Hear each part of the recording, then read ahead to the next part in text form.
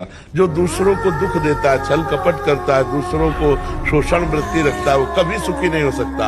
आज भले सुखी दिखाई दे, कल देख लेना उसकी दुर्दशा हो जाएगी। हमने बड़े बड़ों को देखा है, इस अवस्था में जब भ्रमण किए तो बड़े बड़ों को देखा है, खाने को नहीं मिला, नष्ट भ्रष्ट हो गए। और ये केवल प्रवचन नहीं है, ये देखो बैठे हैं, ये एक ऐसे व्यक्ति हैं जो काशी में भी सेवा में रहे और वृंदावन में भी आ गए। इनसे पूछो, जानते हो, कभी किसी से मांगना नहीं, किसी के आश्रम नहीं जाना, भिक्षावृत्ति नहीं करनी, आकाश वृत्ति।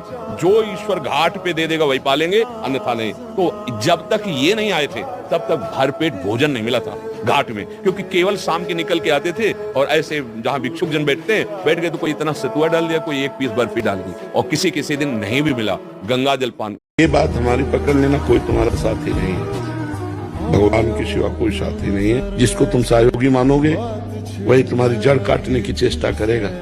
तुमको अपने पैरों के बल खड़ा होना है, भगवान के बल से। हमारी बात एक सूत्र समझ लो। आश्रम का ये दिन कुछ अलग ही महसूस हो रहा था।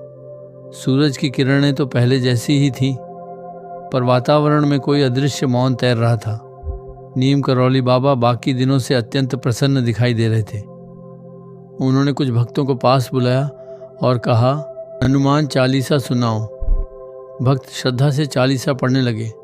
बाबा आंखें मूंद कर सुनते रहे और जैसे जैसे हर चौपाई आगे बढ़ती, उनके चेहरे पर हल्की सी मुस्कान के साथ नेत्रों से आंसुओं की धारा बहती रही। उनका यह भाव हर भक्त को शांति और आनंद प्रदान करने वाला था। फिर वह उठे और हनुमान जी के मंदिर के सामने जाकर खड़े हो गए। दोनों हाथ जोड़कर कुछ देर तक उसी स्थान पर शांत खड़े रहे। कोई कुछ न बोला। फिर धीरे धीरे आश्रम के हर मंदिर के सामने गए, हर एक मूर्ति को नमन किया। आगे क्या हुआ जानने के लिए पूरी वीडियो यहाँ देखें। नैना जो मिले